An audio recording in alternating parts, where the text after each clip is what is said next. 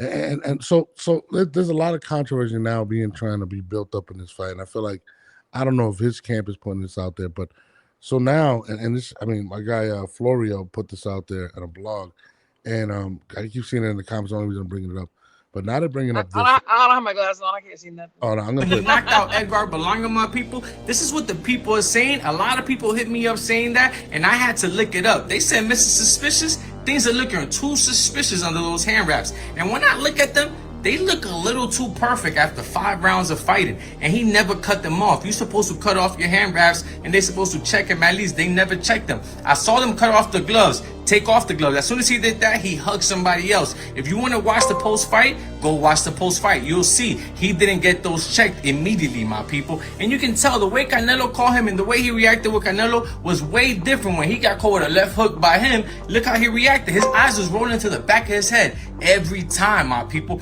It seemed a little suspicious, and we all know that's, you know, Turkey's son pretty much, my people. Official rule in practice, it says boxers must wait until a commissioned inspector or an official examines and verifies the hand wraps after the fight. This is to ensure no foul play, tampering, loaded wraps, hidden materials, protect evidence if there's a protest or appeal, maintain regulatory integrity of the bout, my people. What happens if a fighter removes wraps too early, like what happened here, seems like, can be fined or reprimanded by the commission. If the fight had controversy, injury, foul, unusual knockout, appeals, drug investigations, fight result reviews, a lot of different things could go wrong from him doing this, my people.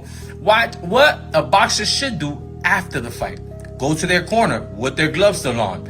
2, commission official will observe the cutman or coach removing the glove. 3, wait until an inspector visually inspects or cuts off the hand wrap. They did not do this. They didn't inspect it or cut it off, the left one. Sometimes wraps are bagged and kept by the commission. Well, we got to see those, I feel like, my people, because it's a little suspicious, and the numbers ain't numbering. The wraps ain't rapping right now. The way it was perfect up there, the way they didn't check it, as soon as they cut off his gloves, he started hugging other people. I watched it in slow-mo. I was checking to see if they checked that hand wrap. That hand wrap, they did not check. They cut one hand wrap, and I'm thinking, yo, they probably cut one hand wrap, and that's the one they kept. I don't know if commission cut it or his coach cut it. So we don't know if it was the left hand or right hand. That was a little sus, but one of those one of those hand wraps did not get checked. One of those. I'm gonna leave it there. So basically, You know what, my people? You know what, my people? Look, this is the thing. Berlanga's team is not stupid. Okay, they're professionals. They've been doing this. Yeah. Whenever the opponent's hand is getting wrapped, somebody from Berlanga's team goes in there, watches the whole wrapping with the commission there too, and then you stand there when they put the glove on. Once that glove is put on, they tie it up, they tape it up. This is all done in front of Berlanga's people. Like we have that. Hello, that's like it happens all the time.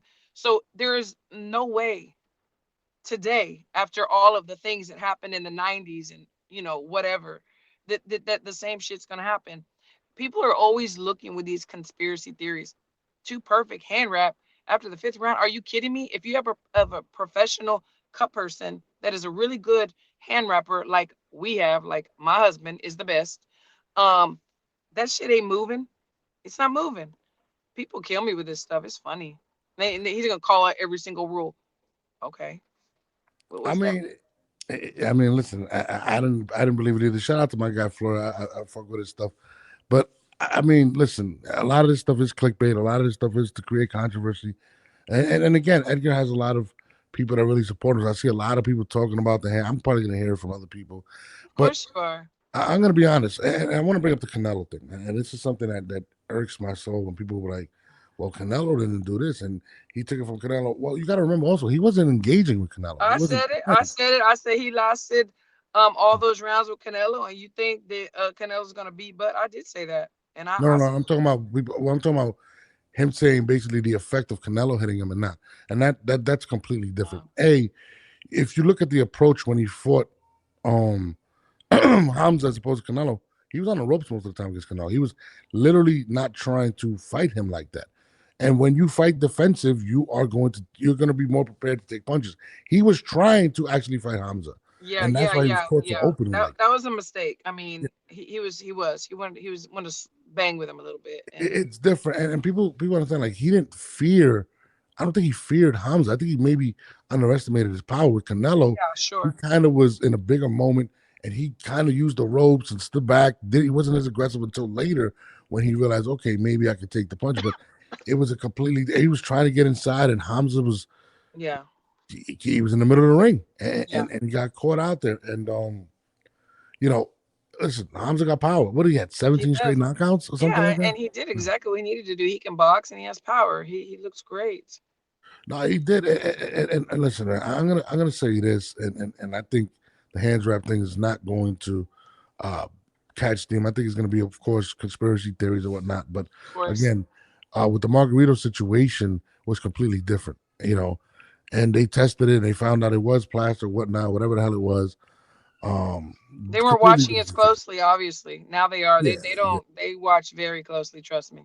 And another thing is too, people got to realize too, like, that's two completely different fighters. Like, Cotto was built a whole lot different. This is why he's a Hall of Famer. You know what I mean? He already had big victories. I don't see this Oh in yeah, Edgar. Cotto and Berlanga, there's no.